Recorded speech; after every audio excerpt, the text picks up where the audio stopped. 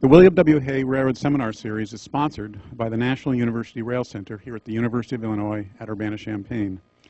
And on behalf of all of us, we thank the U.S. DOT for their ongoing support, as well as those of our industry partners. It's greatly appreciated by those of us here on campus, as well as those of you joining us via the internet. Before we get started, I'd like to make a couple of announcements for the online participants.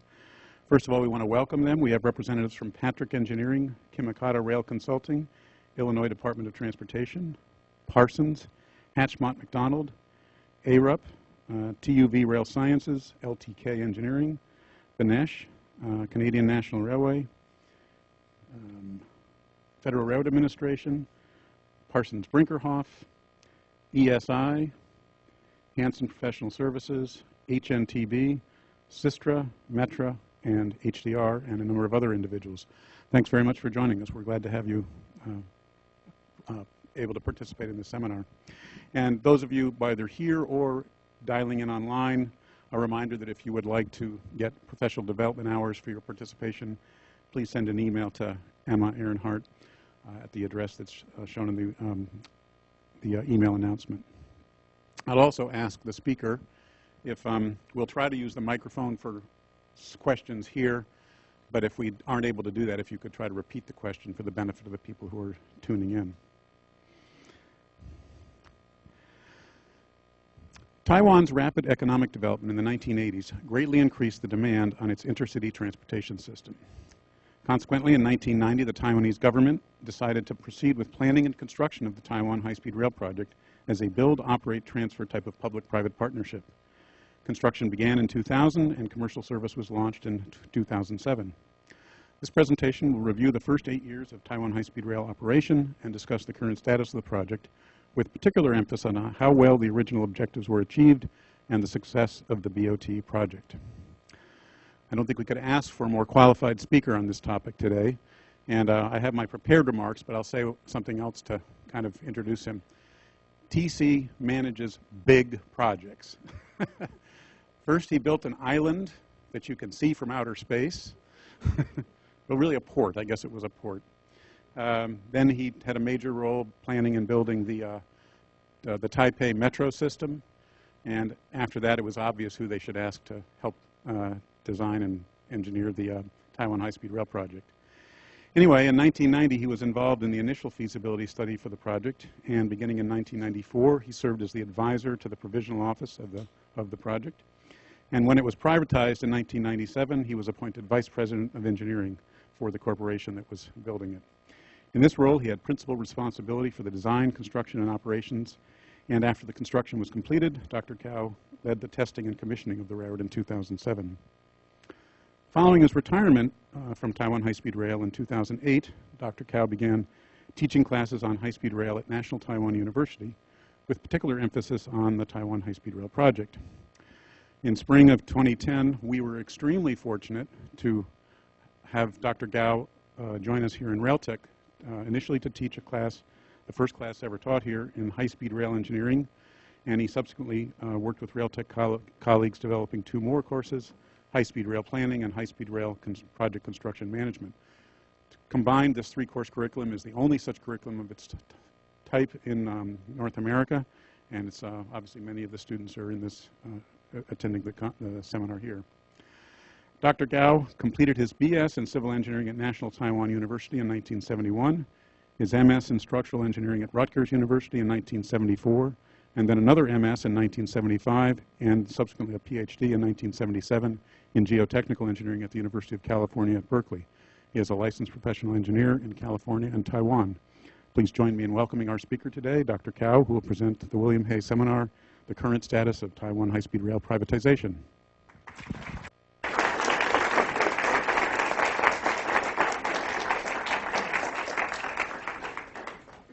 Thank you, Chris, for your introduction. Like what Chris just said, my purpose today is to update you from my last speak, which is in year of 2010. I talk about the status of Taiwan High Speed Rail at that time. That time was just finished the construction and 2 years into the operation, so I didn't have a chance to talk too much about the operation side or the financial side. So today, I'd like to bridge you between 2010 and now and see what has happened. Emphasis will be on the financial side or privatization side. For those of you who has not heard about this subject before, or those of you probably a little bit forgot about the project, I will do a quick review. I will do a quick review of what was the background. Taiwan wanted to build a high-speed rail, so what was the initial objectives? Of course, objective change when we get smarter, learning more. So what was the evolution of these objectives? And then we go into the implementation. I divide it in two parts to report to you. One is what are the technical challenges we face. The second one is what are the financial challenges which we faced. Then I go to the current status, what are we now? And then after 15 years by now, what do we learn? And what can we learn from Taiwan and be used in United States or other part of the country? Okay, so with that introduction, I'd like to first go to why Taiwan needs high-speed rail.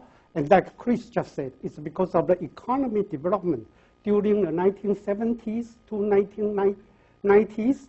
The economic growth is double-digit, and it's like this, sharply increased. Okay, consequently, our freeway is useless. It's becoming like this for 24 hours, from 6 o'clock in the morning until 6 o'clock next morning. Okay, so there's no way you can move around in the island. Become a bottleneck to the economy. So we need to do something. Taiwan government goes through all kinds of the study or alternative, finally decide to build a high-speed rail. I'd like to mention, in this year, is 1990, Korea also goes through the same study, same thing, same economic situation. They also want to build a high-speed rail. Okay, two countries was competing to become the number 6 high-speed rail country in the world. Okay, so that was the background. So in 1990, we have complete feasibility study, which was the initial objective of 3. First of all, resolve this traffic problem. Secondly, to release the population concentration into the city, because once the traffic become a problem, everybody had to move into the city. So to mitigate that. The third one is at that time when the land transportation become useless, then everybody take airplane. You take airplane for even 20 minutes flight. Okay, and that is totally wasteful of the airspace, the fuel. Okay, and Taiwan at that time was thinking about flying to China. At that time, no flight yet, but it's in planning to fly to China.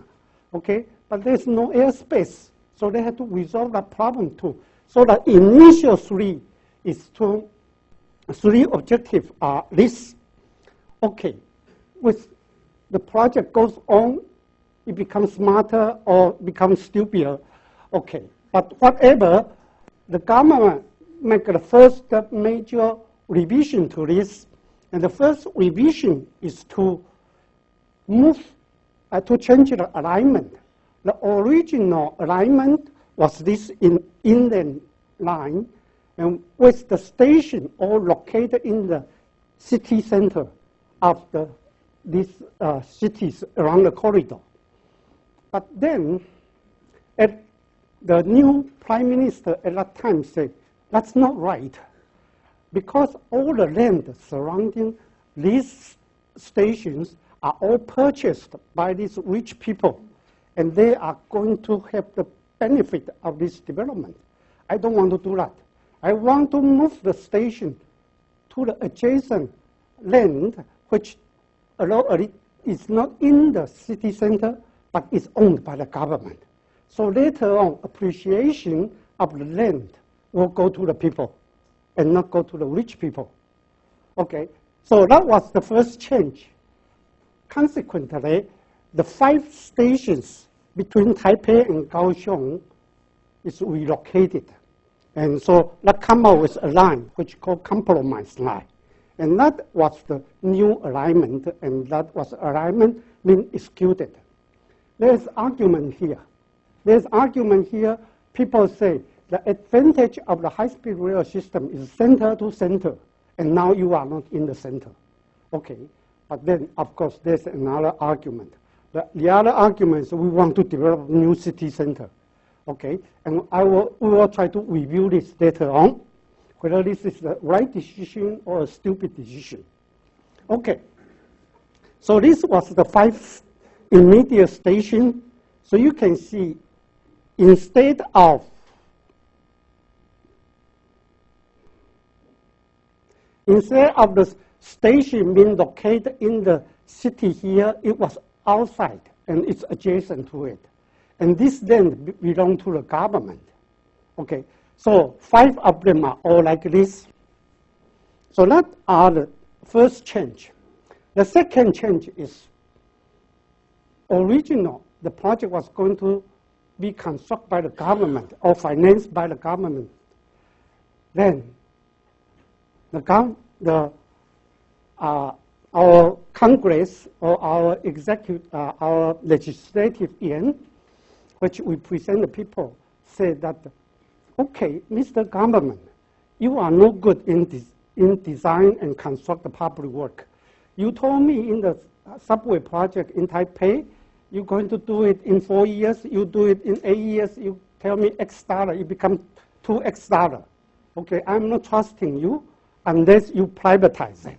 Okay, so that was the Congress requirement on the government. Okay, so consequently, the project becoming public-private partnership. The scheme is this way. The government will do the planning, select the land, acquire the land, and then the private concessionaire comes in to build it, to operate it, but you have 35-year concession. Okay, within 35-year concession, you get as much in return as you can, but I know you cannot get all. So I'm ready to subsidize you. The government say, I estimate it would be about 3 billion to 5 billion. I will subsidize you. The project is about 16 billion. Okay, so that was the deal the government was thinking about. So the government announced this and trying to get it implemented. So the government gave a draft called CNOA, which is a construction and operation agreement for 35 years. And this is the model agreement we want to sign. Okay, I will get the land. I will give you a criteria what you should be building. And when you finish the building, I will hire someone, which is called independent verification and validation, to verify your work. And if you agree, I accept it. Okay, so that was the part of the agreement. Then government say, okay, you have 35 years to construct and operate. But I also give you a piece of land in front of the station for 50 years concession right, and you can generate profit from there to finance your project too. Okay, besides that, of course, I agree to give you subsidy for those you cannot recover from the project. So that was agreement. So government also agreed, I want to construct the second high-speed rail around your site to compete with you within the 30 years. Okay, so this is all the rule, all the major rule which was set out. Immediately, there is a heat competition between all the industry in Taiwan trying to get the project. But of course, this had to be very, very big consortium. So two consortium was formed. One consortium is called China High Speed Rail Consortium. Another consortium is headed by this lady, and it's called Taiwan High Speed Rail Consortium. Okay, the China High Speed Rail Consortium have very good connection to the government at that time. This Mr. Liu is the student of the president of the time. So everybody think he got a job because he has inside channel. Okay, this is the underdog. The underdog is more on inclined or friendly to the opposition party, which is the Green Party, and that side is the Blue Party. You can say that. They all have some political stand. This is formed by 5 young entrepreneurs and 5 successful private companies. One of them you probably know, I think you should know, it's called Evergreen Container, or EVA Air. It's the same company. Another one is the Hubei Bank, the most successful private bank in Taiwan. And then another company is called Continental Engineering, and is headed by this lady. Okay, this lady looks very pretty, but don't be deceived. She is an iron lady. Okay, she is an iron lady. Without her, this project is not there. Okay, so anyway, this is the underdog. The underdog had to try to do something in order to win it. And win it so that this political relationship, this Mr. Liu have, will have no use. Okay, so this is what they think of. The risky trip approach they took. The China High Speed Rail Consortium proposed to the government, say, Mr. Government, you give me 149 billion NT dollar, which is equivalent to 5 billion US dollar. You give me $5 billion, and I will build the project, and I will operate for 35 years, and I will give back to you free. Okay, that was the rule. The Taiwan High Speed Rail give an offer which the government cannot refuse. The Taiwan High Speed Rail tell the government, say, okay, Mr. Government, I don't need a cent from you. I don't need a penny from you. In fact, what I will do is I will give you back $3.5 billion when I make the money, okay, which will subsidize the money you spend so far on the land. Okay, so the two sides is different by $8.5 billion. Definitely something is wrong, okay? But the government cannot refuse that, okay? And that actually, without this, I have no story to tell you, okay? The story now is focused on why these people are so aggressive in doing it. And I can tell you one thing first. Before this BOT project, Taiwan has another BOT project, which is also a very focused one at that time, and that is called Taipei 101. Again, it was these two teams which was competing in it. And of course, the China High Speed Rail Consortium, or their group, got this project. So Taiwan High Speed Rail Group was empty-handed at that time. So they are under the gun to get the project, okay? So that, to show their strengths. So that is actually only one of the reasons. Okay, but anyway, government cannot refuse it because you cannot refuse an offer like $0 you have to pay. Okay, so the project starts with a government which has a limited experience on BOT and on high-speed rail, and then the eager concessionaire, which is trying to do something out of its capability. Okay, so it was the biggest BOT project in the world, and it is a very rocky road in front of them. So the timeline, I put it together, is here 87, we finished the feasibility study. 90, the government started to construct, but then all the change until year of 2000. Then finally, contract signed, concession agreed, construction start. Okay, so that was the timeline. In this between, we have some trouble, or we have some challenge. It's not trouble, it's challenge. Technical challenge and financial challenge.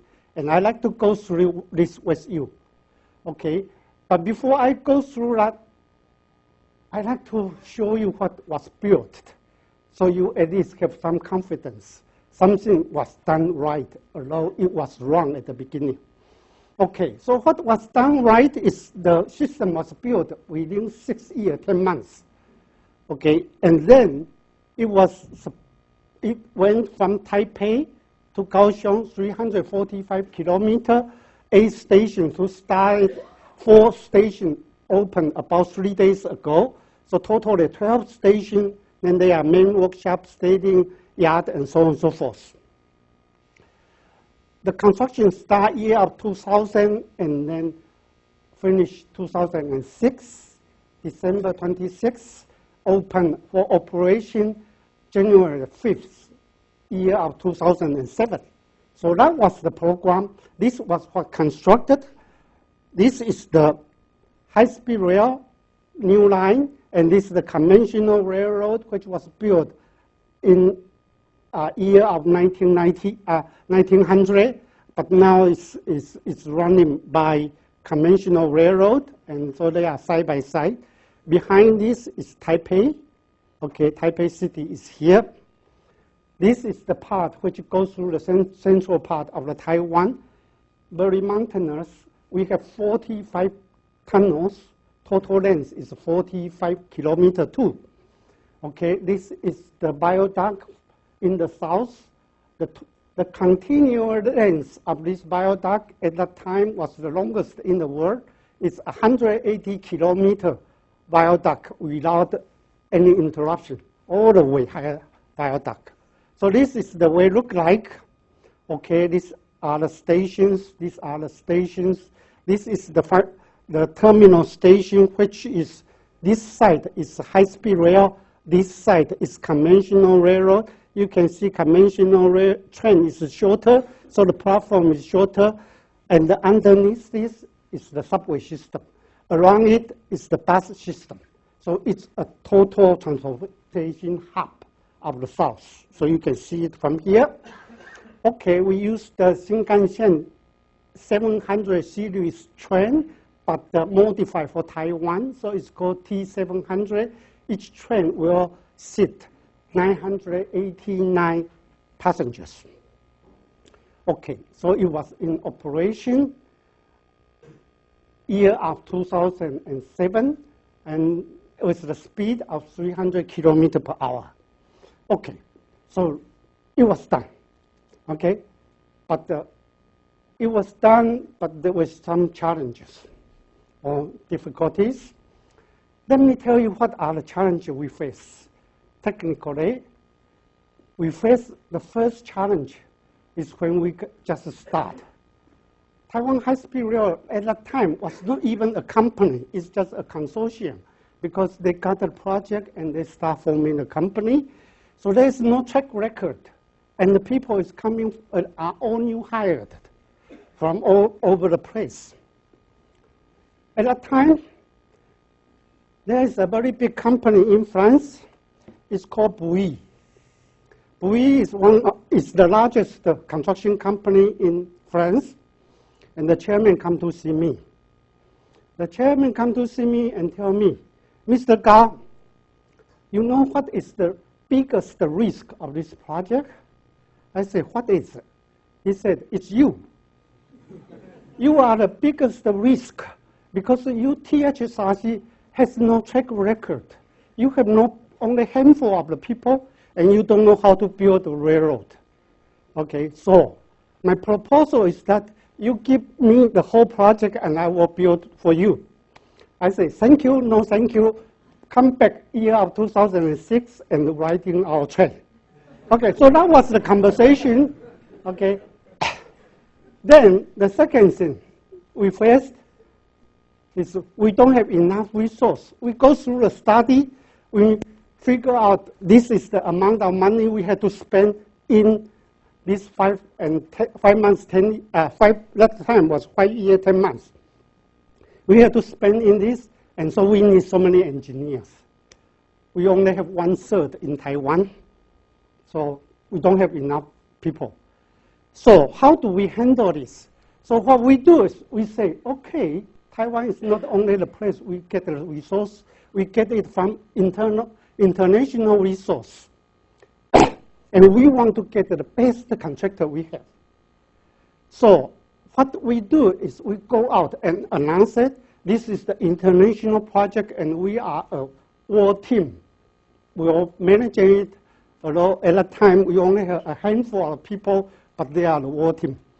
Okay, so we announce it every place. Wall Street Journal, economic newsletter, and South China Post in Singapore, and the South Morning, straight news in Singapore.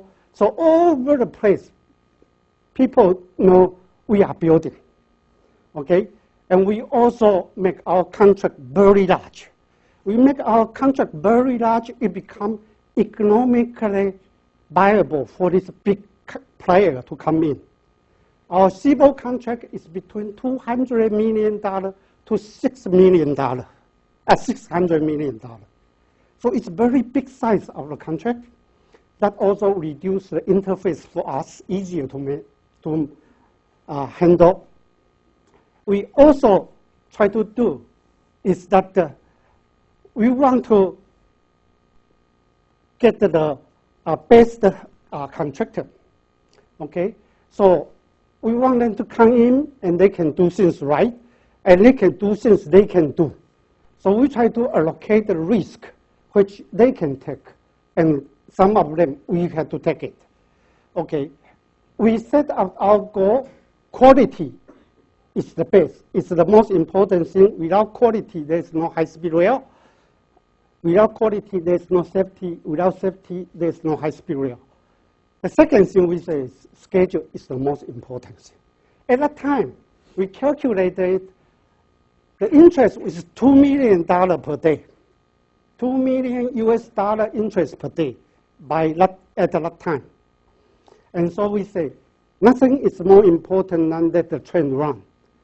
So we set up this as a goal. We also say that cost control is important, and we couldn't afford to increase the cost. So let's do lump sum. Mr. Contractor, you tell me how much you will spend in 5 years. Okay, I pay you that, but you have to seal it, so I will not have a budget increased. So that is also one way of doing, and we have a fair payment system. Our system says, you spend this much, how much for this month, and I pay you next month for what you spend. So you never had to subsidize your cash flow with your own money. Okay, they like it. Everybody like this? Okay, but our contract condition was very onerous. We have high liquidated damage, because if you cost me $2 million interest per day, and I'm going to get that back from you, and you could be bankrupt. Okay, so they all know that extension of the time is impossible, and we use very strict contract condition, which is called ICE.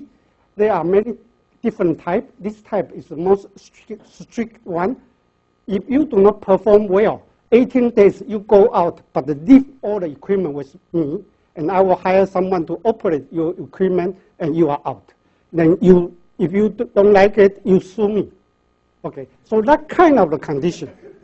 Okay, and we also use design build. I'm not going to fussy with you with how you design it in detail. You design it and you build it, but I have a criteria.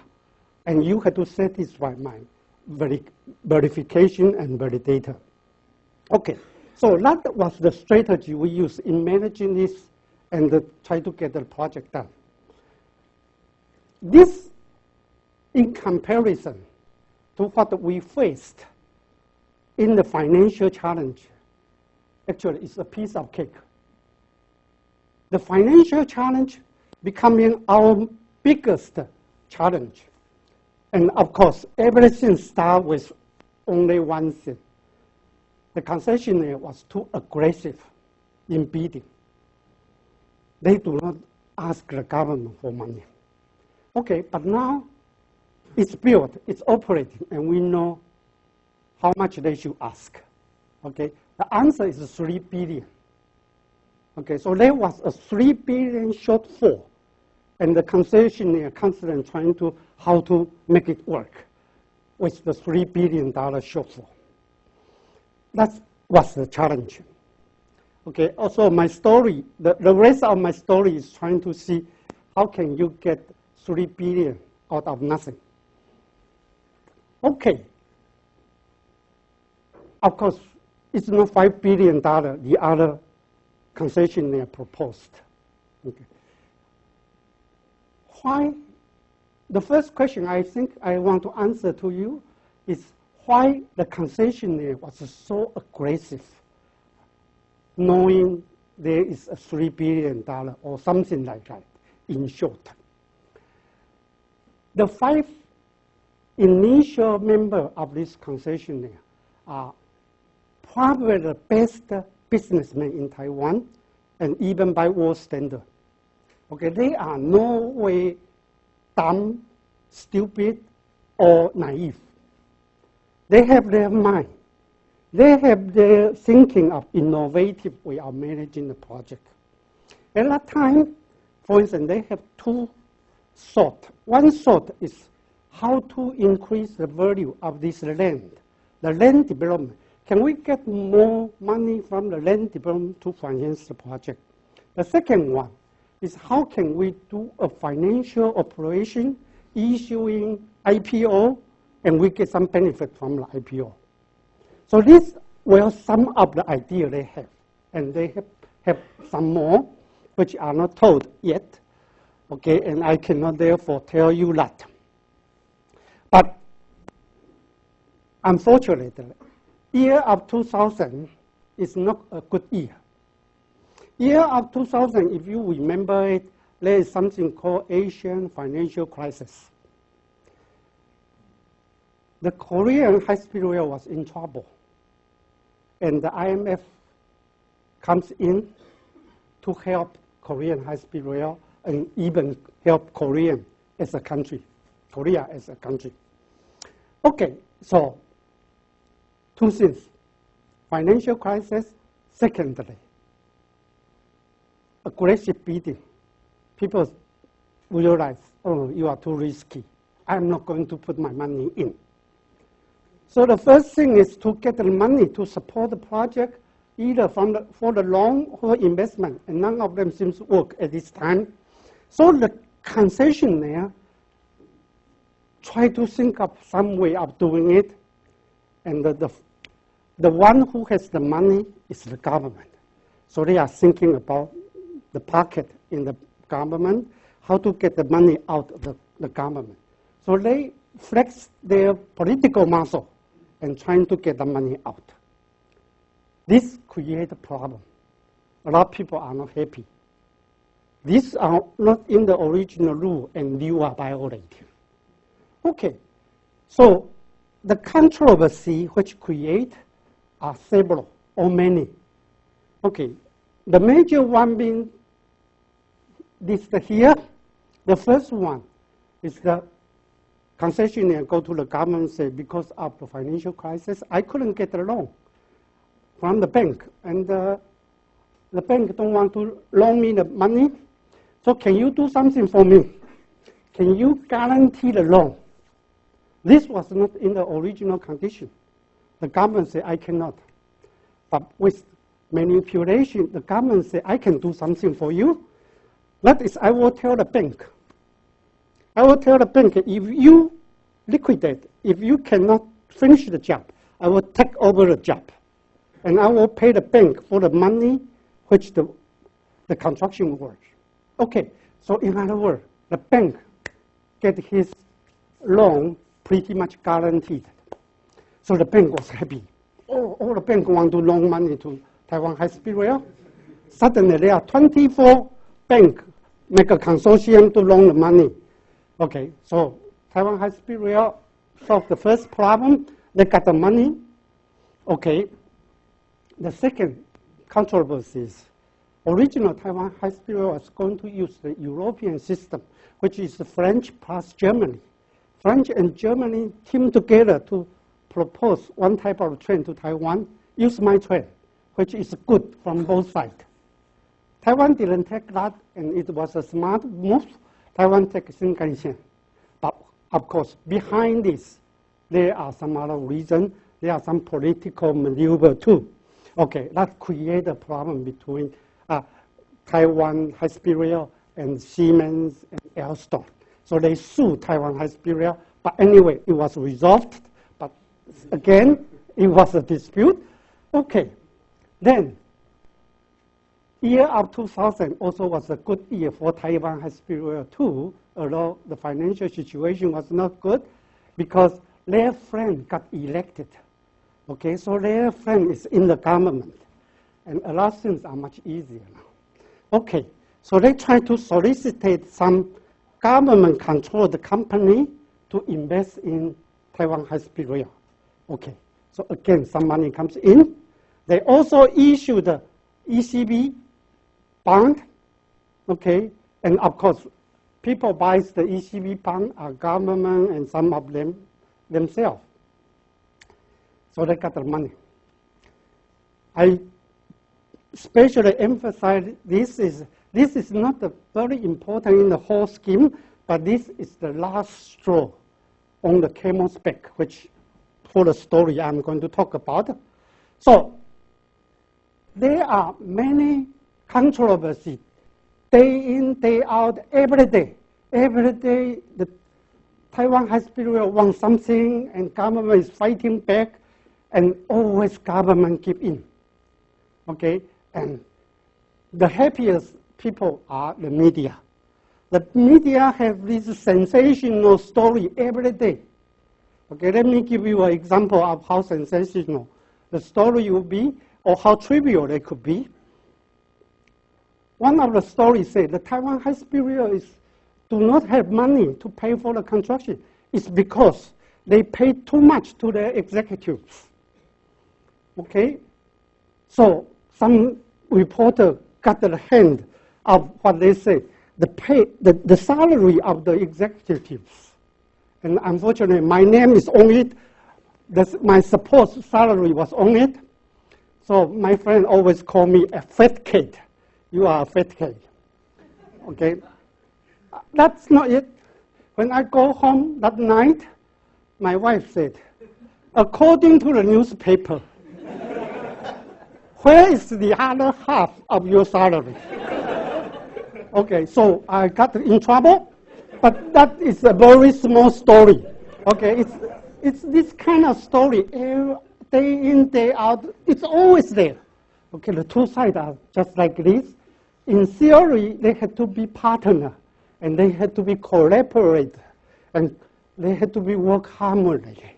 But it was like this, fighting all the time. Okay. So the project got constructed in year 2000 despite all the fight.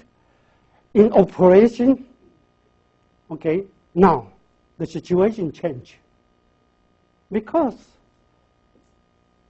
the concessionaire cannot threaten the government and say, if you don't promise me, I'm going to sink the boat or I'm going to drag the boat, because the boat is already on the ground. Okay, and the boat is already on shore.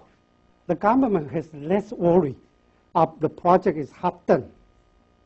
Okay, and also even worse is we have the change of the ruling party at that time. The blue party come back this time, okay, and they are ready to revenge. Okay, or in their word is to restore the justice, whatever.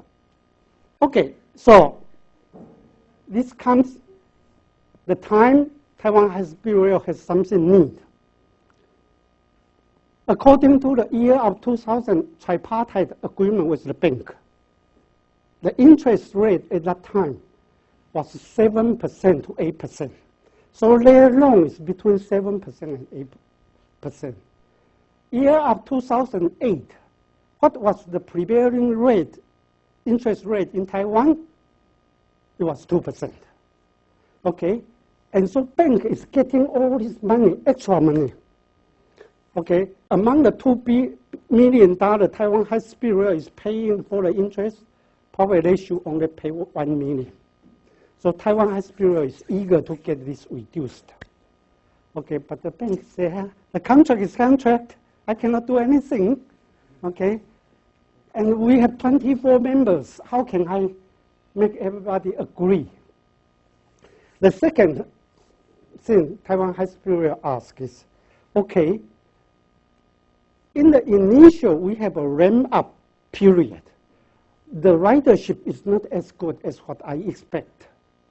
So I would like to pay the principal according to the ridership ramp-up and not straight line, okay, appropriate to every year equally, okay? So these two requirements, the bank say, I'm not going to answer to you because government is part of the tripartite agreement. And if government don't agree, I cannot agree. Okay, and so government sees this opportunity to do something. The government say, okay, I can help you. Okay, I can talk to them, and some of them are actually under my control. But first, I want something done. Your militant chairman, who is Nita Yin, had to be out. Okay, so that was my condition. Okay, so Nita Yin had to give in. So she stepped down after 8 years of the construction. So, but the board is still managed by the concessionaire. Nita still have her voice in the board. Okay. Now, this make it a peace between year of 2008 and the year of this year of 2014. In this period of time, the ridership goes up to 140,000 per day. The income of the company is $3.3 million per day. $1 million is used to pay for the interest. $1 million is paid for the operation and maintenance.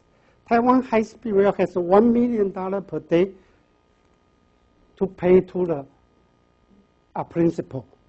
But according to the rule, they don't have to pay so much because it's still ramping up.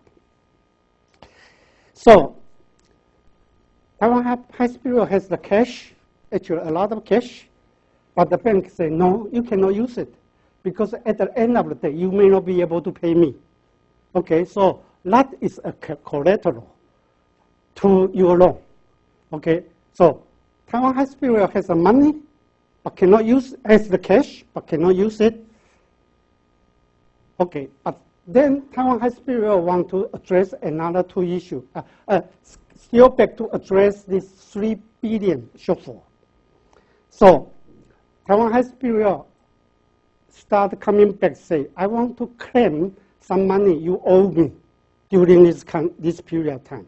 The first thing I want to claim is in year of 1999, there's an earthquake in Taiwan, which is called 921 earthquake. And after that, you change the design criteria. When I tender, you give me a design criteria, but then you change the design criteria. So you have to pay me for the difference of I spent. And that is $3 billion. Okay. Government, of course, they have been saying that, government have been ignoring it, but anyway, it's a number and they are they want to file. Okay, the second is when I tender it, you tell me there will be something like 200,000 people riding the train per day to 300 something per day. But now it's not that. So you also have to pay me back for that. And that is 6 billion. So totally, Taiwan High Speed Rail is claiming $9 billion from the government. Okay, that is more than they need for this 3 billion shortfall. So, but you also had to give me extension of the concession period because the ridership is not enough. Okay, so that was it. The new argument. The government, again, this time, has less worry. The government say, okay, you are a troublemaker, okay? And it's like a thorn in my back. I have to get you out all the time from the board, okay? So the government utilize advantage they have. They know that the Taiwan High Speed Rail has cash, but all freezed. So you have no cash to pay for my ECB bond. I don't want to convert. I want cash. Okay, and that make a situation. Taiwan High Speed Rail had to face bankruptcy, even has the money in the bank. Okay, so the government used this scheme. Taiwan High Speed Rail is in trouble now. Then the government come back and say, don't worry, I will save you. But the condition I will save you is this: all your capital had to be reduced. Okay, your share reduced.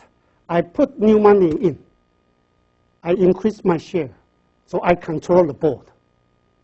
Okay, then you have money to redeem all this ECB bond. And I also give you 70 years concession period. Okay, then I know some of you are not happy because you've been, your capital been reduced. But let's vote on it. Let's go democratic process. Let's vote for it. And the government at this time has run up enough of the board member to agree on it, to put it on the ballot of the shareholder meeting. Okay, and then the shareholder meeting, everybody agree because it's only damage to a few people, but I think the project got the extension of concession period. Okay, so this was done. Okay, so this is the most current status about a month ago. And that makes Taiwan High Speed Rail now has the money. The shortfall of the 3 billion is gone. The concession period becomes 70 years. And the only thing is the out of the original concessionaires. Let's not walk down into this detail of fighting. Let's try to look at the big pictures. Original objective of Taiwan High Speed Rail, how much has been achieved? We know these are the 5. Then how much has been achieved in relieving the traffic congestion? So this is the ridership.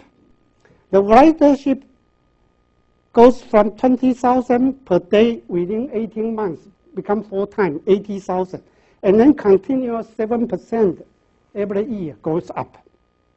So with 140,000 people being taken out of the freeway every day, the freeway is less congested. The oil Taiwan had to import from Saudi is reduced by 100 million per year. So there are a lot of benefits of this.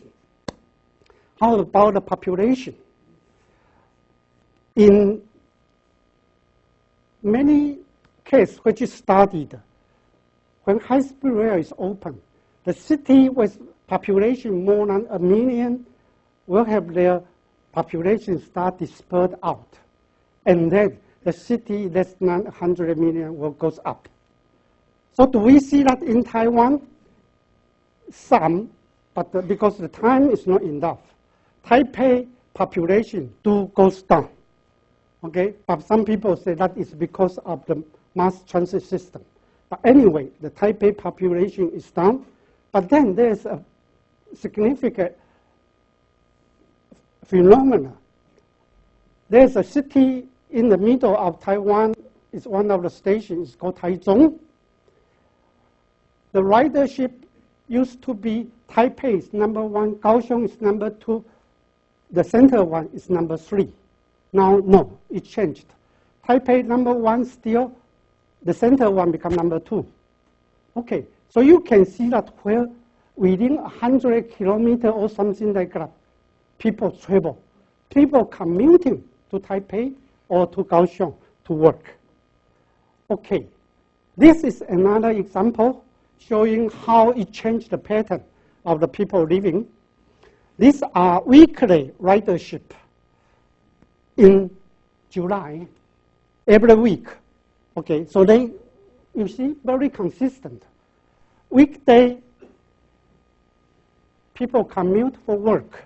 Weekend, people go home, especially 5 o'clock in the Friday afternoon is the peak hour of the peak hour. Okay, you expect to have 10,000 people goes into the station and taking the train. So it's very consistent. That means there is a lifestyle building around high-speed rail. Okay, and that lifestyle is people work in Taipei and go home for weekend. Before, people don't go home for weekend because it's traffic. But now the parents at home got visitor in the weekend all the time. The grandfather got a company. The story is not all happy like this. My friend complained to me. My friend said, TC, I don't like your freeway. I don't like your high-speed rail. Okay, because my mother-in-law used to visit me twice a year. Now it's twice a month. Okay, so that is some complaint. How about free the domestic airport to promote the flight to China? There was no flight between Taiwan and China before, and this is nowadays. These are the flights between Taiwan and China. And Taiwan wants to use this opportunity to become the hub for the airline from America to stop here and then transfer to China. It is competing with Hong Kong, Seoul, and Tokyo for this. Okay, but in the future we don't know, but it is getting there. How about the new towns? All these new towns, it was empty surrounding it. Okay, so let's take this before the high-speed rail in operation. During the construction, you only have the station. Now, you see, this is the same station, but the building around it. Okay, this is the station and the building around it. Okay, so it's building up. It's there. It's getting there, but not quite. I'd like to answer the last question. Is the BOT successful? The financial side is successful or not? Taiwan wants to use the BOT to solve this problem. Construction, have someone more be able, flexible in construction and make a project. Operation, better service, and then provide financing. Okay, so that was the original 3 objectives. For construction and operation, I talked about it in year of 2010 when I was giving the first seminar I gave in here that time. So you can refer to that. I have no time to talk about this. I want to go to financial side. Is financial successful, or what do we learn from this? Okay, the first, I think we all learned that the concessionaire was overly optimistic and overly confident. But the government was naive to accept a free lunch. Okay, so both sides, I think, is has some responsibility or capability. Concessionaire was very cunning. They are businessmen. Government has no match to them. So they outsmart the government, and government want to save the project. So every time government surrendered during the construction time. Okay? Then, but I had to say one thing. The concessionaire was very responsible trying to build a good project, a safe project.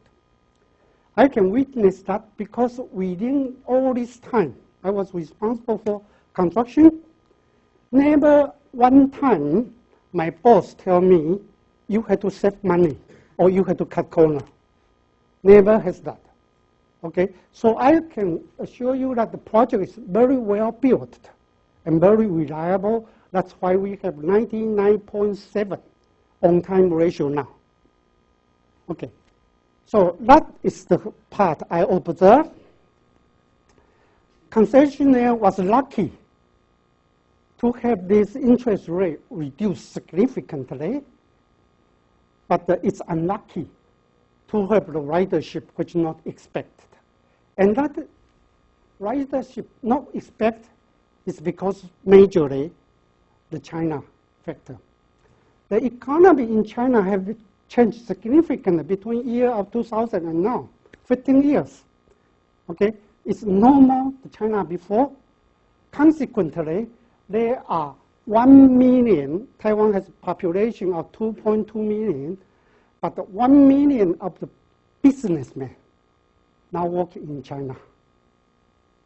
Okay, and this 1 million businessmen would be the potential passengers for Taiwan High Speed Rail. Now it's all gone, riding the Chinese High Speed Rail. Okay, so this leads me to a conclusion that to have a financial plan for 35 years actually is unrealistic. Okay, so if that's the case, when you do the high-speed rail project or BOT project, what do you do? My conclusion is that you should have a more sophisticated risk-sharing financial plan. You may have a baseline, and if you change from the baseline, government can support, or if you get too much money, the government can get it back from you, share back. Okay, so something like that is more realistic. Another conclusion I have is, although the government don't have the guarantee to this project loan, but it is needed. No matter who do it, because it's such a big project, nobody can take over if the concessionaire falls apart. Okay, so government should put in the condition of the tender for BOT that he is going to buy out, force buyout, if the contractor goes flat. Okay, and I also feel the government at that time used its advantage of coaxing the concessionaire to tender under this risk condition. Okay, that also has something to do with it. They shouldn't use that superiority of procurement power to impose some condition which is unrealistic, or it's risky for the concessionaire to bear. Of course, one of the big questions is, okay, Mr. Concessionaire, you didn't do well either. So did you pay for your capability? Okay, I tried to do a survey. I asked one of my students who is taking the thesis with me, I said, you go around and do a survey, see how people feel about this. Most of the people answer this. They seem like to just forget and forgive what happened to the government and concessionaire, and let's enjoy the system. Okay, so that I come to the conclusion, BOT is a long-term partnership, and I try to come to some good principle so that people can follow. But I think actually it's like a marriage, and all the good principles for good marriage will apply. You have to be careful in select your partner, and you do not force them, you do not seduce them, so on and so forth. Okay, and you have to be patient. And you don't expect that you will live happily ever after. Okay, that is in theory, but in reality you will fight, but you have to be patient. So the Taiwan High Speed Rail BOT is not a total success, but it's not a total failure. But whatever Taiwan learned is good for all of us. The good experience we can borrow, the bad experience we should avoid. Luckily, people in Taiwan, they got a system, very advanced system, and it's serving the system, and it's becoming part of life for the people in Taiwan. Okay, so that finished my conclusion. Thank you for listening to me.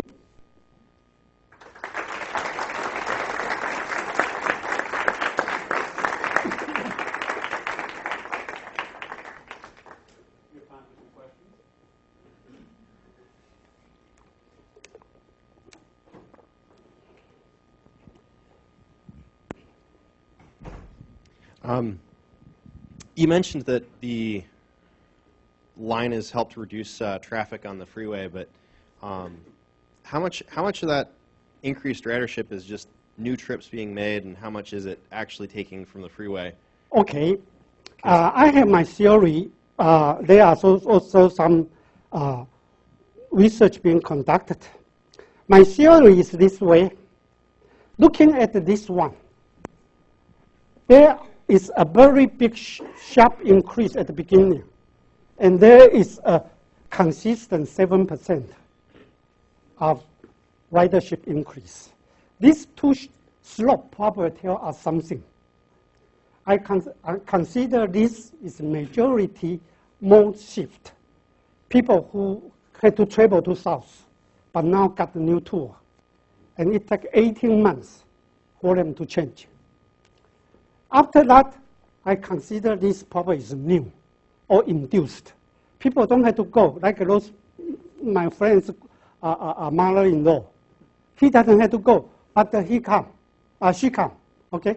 So that are induced. So that is what I look at it. Some people may disagree with me, but I think that makes sense. I also see the same 18 months, but for Korean high-speed rail project, but they start much higher, and 18 months and then 7%. Korea also have this. So you look at their ridership, you also see the pattern, 18 months. And why is 18 months? 18 months probably is how people build up your, what you call, habit, okay? And so if you want to do something to lose your weight, you have to stick on 18 months, and then you're successful. Before 18 months, no. You still have not built up a habit. But I have a related question, which is how much of that represents transfer from the different mode? Well, from Taiwan, the conventional railroad. Okay, actually different mode. Okay, it's conventional railroad, bus, driving, and so on and so forth. First of all, you can see the airline is for sure. Okay, after this, there's no airline. Okay, so airline contribute to part of it. Conventional railroad, yes. Most of the long-distance conventional rail passenger is gone. Okay, most of them are just local, short distance. Bus and driving definitely is less.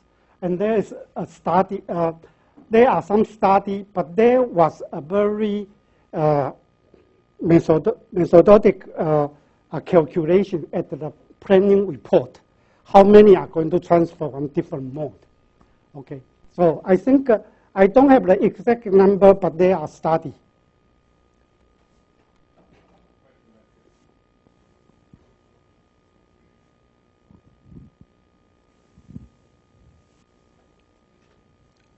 A couple of questions, please. considering that there were no time or cost overruns in this project, is it okay to say that you were lucky? In the sense that, were there any contractors, civil engineering contractors in particular, who failed and you had to apply a penalty clause? Were there any contractors who did well and you had to apply a bonus clause? Did they earn bonus? Okay, if I repeat your question is, okay, because of the way we manage it, then it was doing well, but do we have a bonus if they do well? Do we have a penalty if they didn't do well? Okay, the question actually was asked in the tender briefing. The contract said, if I finish earlier, can you give me some bonus? Because if you apply liquidated damage if I delay. I say, no, I cannot give you that. Because if you finish early and you give me infrastructure, okay, but my other part of the infrastructure is not finished. So I had to care of this infrastructure. I had to spend money to care of it. So, no, I'm not going to give you money. And I don't want you to finish the project before my schedule because I don't want to spend my money early either. Okay, so just do it on time. That's my requirement. Okay. That is what we told them. Did any contractors fail? Okay, any dispute? Is that your question is? Not actually dispute. Were there any cases in which the contractors failed, stopped the work, you had to terminate the contract and retender for a new contract? Okay, we don't have that situation. No situation. No such situation. But I like to talk about the dispute. This is a $16 billion project. The largest contract is $3 billion. The core contract is $3 billion. Of this size of the project internationally, you usually will have millions of dispute. And you arbitration, conciliation, everything. In our project, there's only one dispute. Okay, and it's resolved without going to arbitration. Okay, so it's very successful on this side too. Another question is, are there any examples of a public-private partnership anywhere in the world in which the land is acquired by the private party? I don't know there is such one, but I think it's difficult because many times you have to recourse to the eminent domain, and only the government has the power. So I think the first thing is government get the land, they have the legal right to get it, okay, and then let the concessionaire do it, okay. So the condition is, you can tell your contractor or concessionaire, I fence it out. Everything inside the fence is your responsibility. Anything outside the fence is my responsibility. Okay. Yes? My question would be, what did the $3 billion represent? So when you say that the competitor said, we will build it if you government will give us $5 billion, the $5 billion were for what? For the land acquisition, for... No. The government originally have a planning for $3 billion to $5 billion to subsidize the project because the government say you have to give me back in 35 years. Okay? And you have investment. So that would be the public contribution to the project? That's right. Okay, the public contribution to the investment. Okay. But government had to do that because the benefit of a high-speed rail system is not just the fare box. There are social benefits, there are economic benefits, there are regional development benefits, and who got it? Government. Okay? So government counted, say, gee, this is a good deal. I paid $3 billion or $5 billion, and I got all this money saved from paying Saudi Arabia for the oil. Okay, and you know what government even did is, I got all this land, the new town, it's my land. I'm going to sell those land. And actually, even if I have paid 3 billion or 5 billion, probably I still have surplus. So the government actually was doing a business which do not have to spend money. But until now, actually, yes, government are not spending money, they are getting money. Besides having the project, yes. Where does the, what's the source of the power for the electricity? From Taipower. From the, we call Taiwan Power Company. We don't generate our own power, okay? But I like to tell you, Well, what's the energy source? It's from the national grid. So depending on what come from. But we do have the, our train is being able to regenerate the power when it is stopping, okay? I'd like to give you a number. The train cost from Taipei to Kaohsiung, the ticket price is about $50. The electricity used for the operation of per passenger is $1. So it's 2% of the income.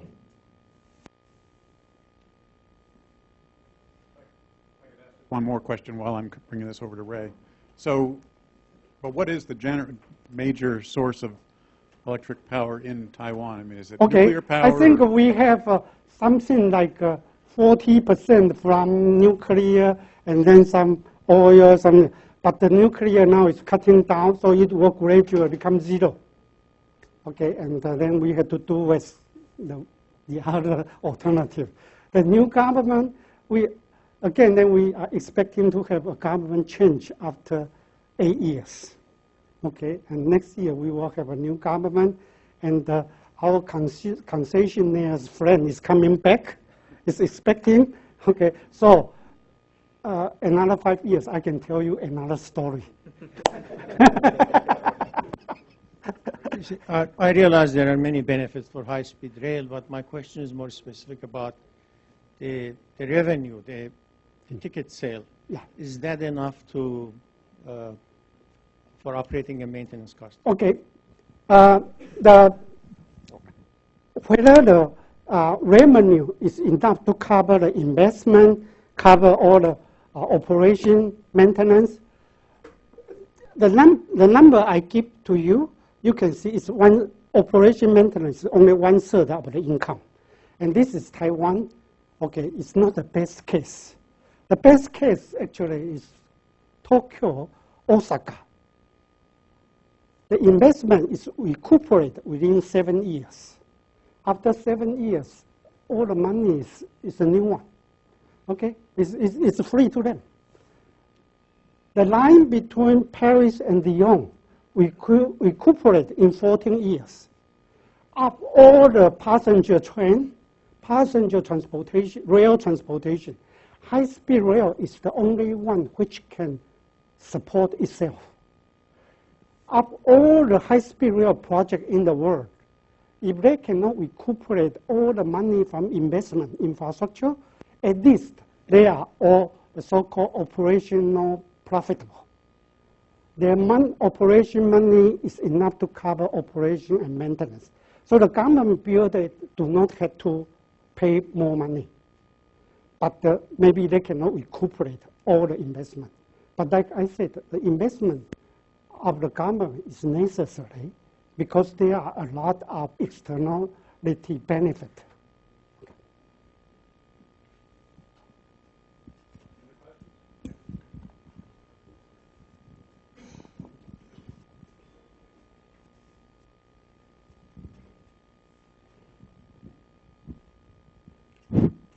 Hello, you mentioned Korean, South Korean high-speed rail and Vietnamese high-speed rail, right? Both are small country. How about, is it possible to apply high-speed rail in bigger countries such as Turkey or United States? And also, what is the limitation of high-speed rail? Okay. Let me rephrase your question. The most popular thing is population or density of the population, right? Yes, it's So the it's population, actually. There are several factors which affect what you want high-speed rail. Of course, the population, economic development, and actually, most depend on something called time value. Whether your economy to a scale which the time of your people was that much to have a dedicated system to serve them. Okay, so that is come down to some calculation, the time value. Okay, and big country like China, they are building like crazy. They are now the #1 high-speed rail country in the world.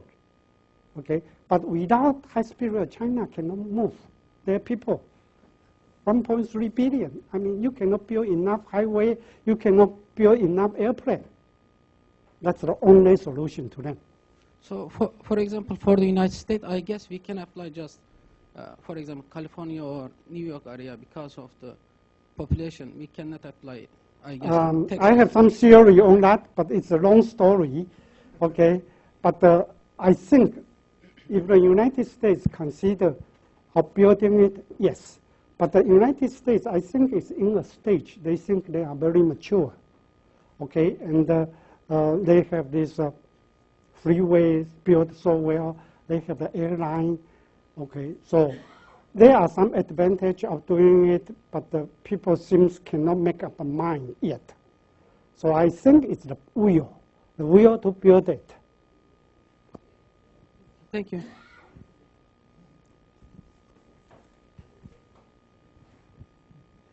I have a question regarding taxation of tickets. So does the government collect any tax for ticket sales? And also, do they have a gas tax? And how has their taxation policies changed after the HSR was built? You mean on the fare? Yeah. Okay. Taiwan High Speed Rail is operating like a private company. They pay all the tax, the sales tax. It's like there's no special. So individuals that are not like there's no tax that individual fare purchasers have to pay, right? Sorry. The passenger had to pay tax on the ticket. It's including inside the ticket. Okay, yeah. And then do you know if gas taxation has changed after they introduced high-speed rail? No. The gas tax is actually it's not changed. There's change, but not that reason, not because of Taiwan High Speed Rail.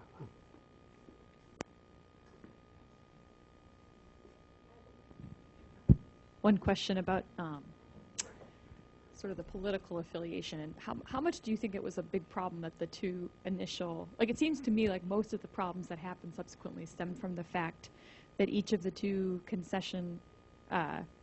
the bidders, one was aligned with the KMT and one was aligned with the DPP. And I guess, do you think that really a lot of the stuff that's happened in the past couple of years, like since Operation began, it was really just about political sort of one-upmanship, not actually because there was a problem with the system necessarily or the plan? Like, I think the problem is a fake, okay, because the big company more or less get to have their own political stand, and they get together. And we only have two parties, okay? We are getting some smaller party now, but there's blue and green. So more or less people belong to one of them. And the people that belong to the same group, they tend to work together at the same time. So they often work together.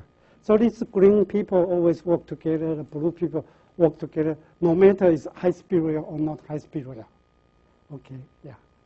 I think this country probably is the same. You have the New York Times group, you will have the Fox News group.